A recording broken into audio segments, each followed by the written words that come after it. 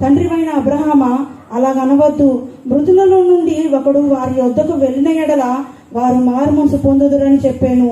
అందుకతడు, మోషేయు ప్రవక్తలను చెప్పిన మాటలు వారు వినని ఎడల మృతులలో నుండి ఒకడు లేచినను వారు నమ్మరని అతనితో చెప్పాను నేను. దేవునికి స్తోత్రం. ఈ మాటలు అందరూ స్పష్టంగా విన్నారు కదా? వెంట చేతులెత్తి చెప్పండి. విన్నారు కదా? ఏమంటున్నాడంటే, ధనవంతుడు ఆడు బతికినంతకాలం ఆడు నాశనం అయిపోయి ఎవరి మాట చెవికి ఎక్కలేదు. ఇక్కడ ఇప్పుడు ఈ నరకాన్ని రుచి చూచాక ఏమన్నాడంటే, ఈ వేదనకరమైన స్థలములోకి రాకుండా, గమనించండి ప్రియులారా, వేదనకరమైన స్థలం అనేది ఒకటి ఉంది. అక్కడికి వెళ్లకుండా ఉండడం కొరకే ఈ మన ఆత్మీయ ప్రయాస.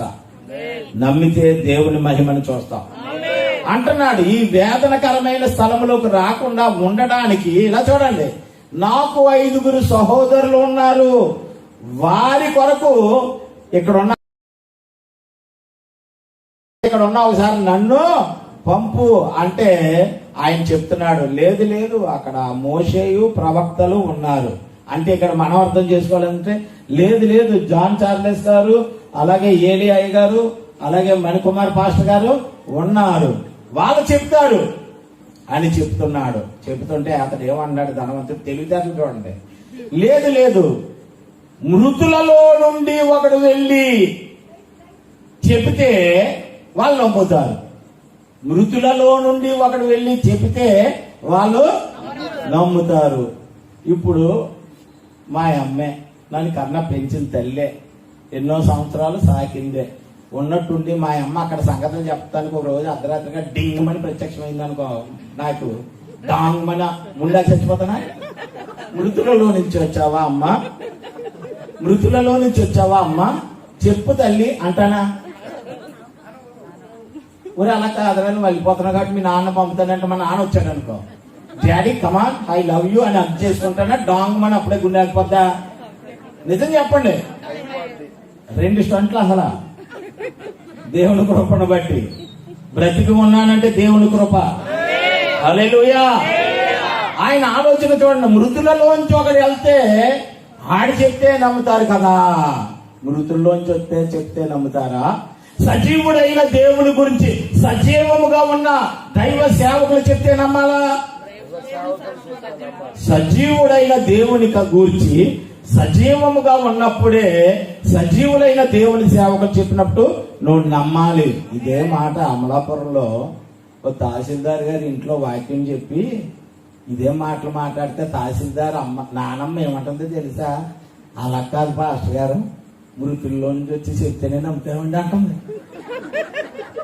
ఆవిడకి అసలు ఏదో కంటి ఆపరేషన్ చేయించుకోవాలంటే, అమ్మ నీ వయసుకి గుండెకి సంబంధం లేదు, బాగలేదు, కంటి ఆపరేషన్ బల్లెక్కితేనే సత్తావు, గుండు బలహీనంగా ఉందని ఆ డాక్టర్లు చెప్తుంటే, లేదు పాస్టర్ గారు మరి అలా చెప్తేనే కదండి కదా నమ్మకం వస్తుంది అంటుంది. మరి అలాంటి ఆలోచనలు అంటే డైరెక్ట్ గా చెప్పేవాళ్ళు కనపడరు అనమాట.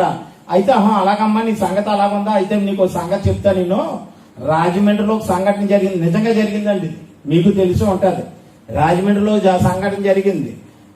రాజమండ్రిలో ఒక పేపర్ మిల్లులో ఉద్యోగం చేసి ఆయన తాలూకు బంధువు ఒక ఆయన ఏజెన్సీలో చనిపోయాడట.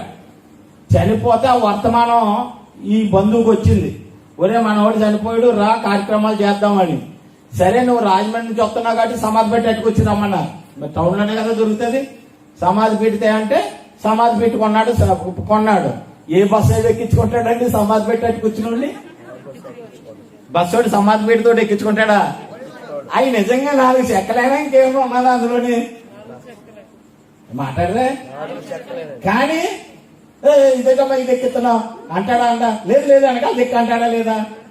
ఆటో వండి బాబు కొంచెం ఇది ఇందులో ఏం లేదు నాన్న, కొంచెం తీసుకెళ్ళి బాబు 100 ఇచ్చి కాదు 1000 ఇస్తానంటే ఆడు తీసుకెళ్తాడు. సరే అని పంపితను ఏ బస్సు ఎక్కించుకోకపోతే వెయిట్ చేస్తున్న కొద్దీ సంద చీకటి అయ్యిందండి. ఈలోగా ఒక లారీ వాడు వచ్చాడు.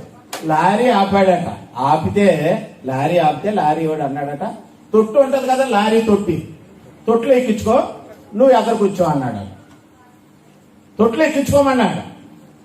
ఎదర కూడా క్యాబిన్ లో కూడా స్థలం లేదు, నువ్వు తొట్టులో కూర్చో అన్నాడట. సరే అని సమాధి పెట్టి తొట్టులో పెట్టి, అదే లారీ డిక్కీలోనండి, అర్థమైంది కదా, పెట్టి మనోడు కూడా సమాధి పెట్టి పక్కన కూర్చున్నాడు. కూర్చుంటే 6, 7 అయింది టైం. ఏజెన్సీకి ఉండే వెళ్తుంది అడుగుకుండా లారీ. వెళ్తుంటే 8, 9 అయినప్పటికీ సన్నగా చినుకులు మొదలెట్టాయి. చినుకులు మొదలెడితే బయట ఉండి తడుతుంది కానీ ఈడు అందులోకి వెళ్ళాడు. అందులోకి వెళ్ళి తలుపు మూత వేసుకున్నాడు. ఈడు తలుపు మూత వేసుకున్న సంగతి డ్రైవర్కి తెలదాం. కొంచెం దూరంగా వెళ్ళాక ఇంకొక ఇద్దరు ఆపారు. ఇలా కాకపోతే వెనకాల ఇక్కడ తొట్టులో ఖాళీ ఉంది అన్నాడు. వాళ్ళు లారీలో దుమ్ముకింది దూకారు. దూకినప్పటికి ఏముంది? సమాధి పెట్టి ఉంది. సమాధి పెట్టి ఉంటే గతుక్కుమన్నాక లారీ స్పీడ్ గా వెళ్తుంటే ఆ ఏజెన్సీ టర్నింగ్ లో ఇలా తిరిగిందనుకో, సమాధి పెట్టి జరిగిందనుకో, వీళ్ళు ఇలా జరిగిపోతున్నారు. ఇలాగ మలుపులు ఎలా జరిగిందనుకో ఇలా జరుగుతున్నారు. ఇలా జరుగుతుంది. బిక్కుమంటూ ఉన్నారు ఎప్పుడు దిగిపోదామని. కొంత సమయం అయినప్పటికీ ఈడు నెమ్మదిగా తాబేళ్ళలాగా మూత ఎలా తీసి బుర్ర బయటెట్టి ఒకే ఒక్క మాట అడిగాడండి, వర్షం తగ్గిందా అని అడిగాడు. ఏమడిగాడండి? వర్షం తప్పుందమ్మా ఇందులోనే, వర్షం తగ్గిందా అని అడిగాడు. అడిగితే అయ్యి బాబోయ్ అని వీళ్ళిద్దరూ ఒకడు ఆ పక్క దూకేశాడు, ఒకడు ఈ పక్క దూకేశాడు. ఆ దూకుతంలో భాగంగా ఒక లారీ చక్రం కింద పోయాడు. ఒకడు లారీ చక్రం నిజంగా చచ్చిపోయాడు. ఇది పెద్ద కేసు అయ్యింది. కేసు అయితే ఈయన ఖైదీ కన్నయ్యలాగా బోన్లో నిలబెట్టారు. ఎవరినే? ఇందులో పడుకుని పీతలా బుర్ర బయటెట్టి వర్షం తగ్గింది అన్నావు అని పెట్టాక కేసు నడుస్తుంటే ఇద్దరు చచ్చిపోయారట. ఇద్దరు 2 చక్రాల కింద. ఆ చనిపోయిన వాడి యొక్క లాయరు ఇద్దరు అమాయకులు అకారణంగా చనిపోవడానికి కారకుడైన ఈ ముద్దాయిని కఠినంగా శిక్షించండి యువర్ ఆనర్ అన్నాడట. ఎవరికైనా బాధే కదా, మరి బాధే. ఎంత తరపు లాయర్ ఏదో ఈడు మాట్లాడాడు. తర్వాత లాయర్ జడ్జి అడిగాడు, నువ్వు చెప్పుకునేది ఏదైనా ఉందా అని అడిగాడంట. అడిగితే ఈడు ఒకటే మాట అడిగాడంట, వర్షం తగ్గిందా అని అడిగితే ఊరేసేస్తారండి అని అడిగాడు. అది చేసింది అదే కదా, వర్షం తగ్గిందా అని అడుగుతాం తప్పండి, దానికి ఊరేసేస్తారా అని అడిగాడట. ఏం చెయ్యాలో జడ్జికి పాల్పోలేదు. అంటే చనిపోయినోడు వచ్చి మృతులలో నుండి ఒకడు వచ్చి చెప్తే ఇలాగే ఉంటదమ్మా, మృతులలో కాదు, సజీవుడైన దేవుని గూర్చి సజీవముగా ఉన్నప్పుడే ఆ సజీవమైన దేవుని వాక్కును వినాలి, ఆలకించాలి, అంగీకరించాలి, గైకొనాలి. దైవజనుల మాటలకు చెవి యొగ్గాలి.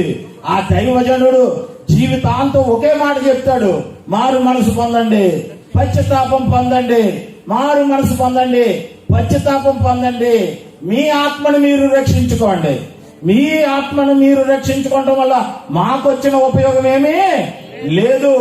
ఇదిగో శరీరాన్ని చంపేదానికి, ఆ మరణానికి భయపడకండి. ఆత్మను శరీరాన్ని చంపేది ఒకటి ఉంది, దాని పేరు రెండవ మరణము. ఎవరి పేరైనా జీవ గ్రంథంలో గనక రాయబడి ఉండకపోతే వాడు రెండవ మరణానికి పాత్రుడు. అక్కడ పండ్లు కొరుకుటయు ఇవన్నీ ఉంటాయి, ఏడుపును, రోద, పండ్లు కొరుకుట ఉంటాయి. అలాంటి వేదనకరమైన స్థలంలోకి మీరు వెళ్ళొద్దు అని చెప్పడానికి దేవుడు ఏర్పాటు చేసిన సేవకులమే మేము. ఈ మాటలు వింటున్న ప్రియ దేవుని బిడ్డ, నువ్వెవరివైనా గాని జాగ్రత్త. రెండవ మరణం అనేది ఒకటి ఉంది. తెలియని సమాజం చాలా మాట్లాడుకుంటది, ఒకసారి పుడతాం, ఒకసారి సత్తాం. లేదు, 2 సార్లు పుట్టాలి. తల్లి గర్భంలోంచి పుట్టిన ప్రతి మానవుడు జన్మ కర్మ పాపముతో నింపబడి ఉన్నాడు.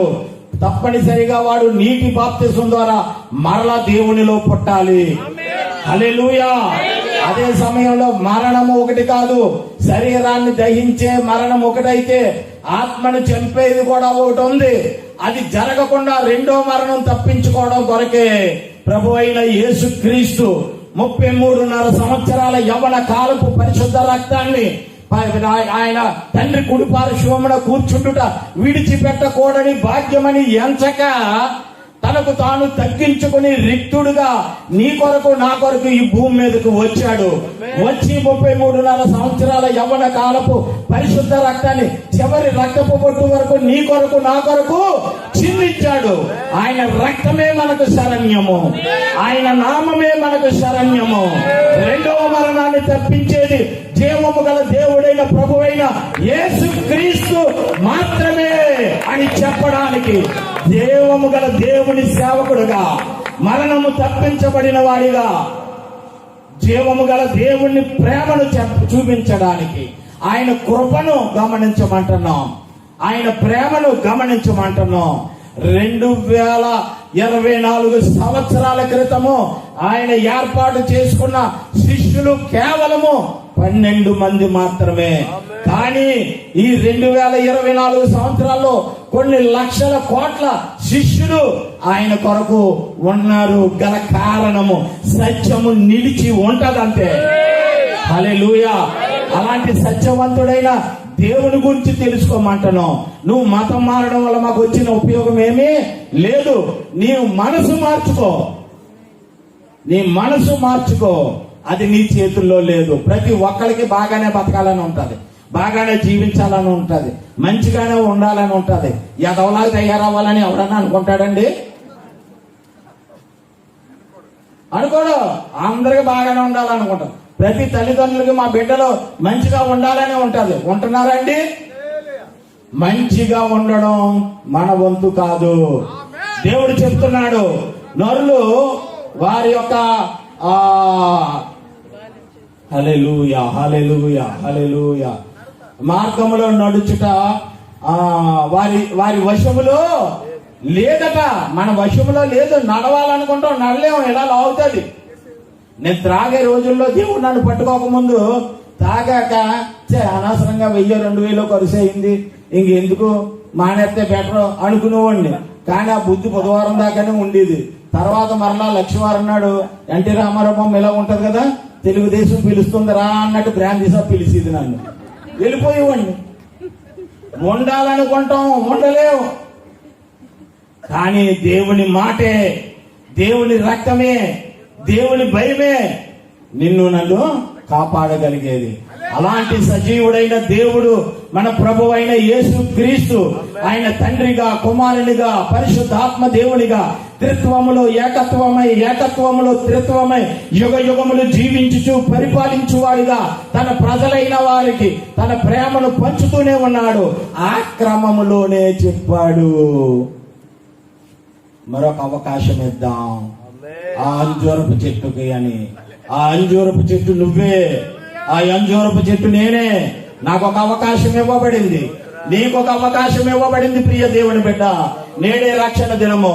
మారు మనసు, పశ్చాత్తాపము, బాప్తిస్మం అనే ఒక క్రియ నీలో జరిగితే నీ పేరు దేవుని బిడ్డ.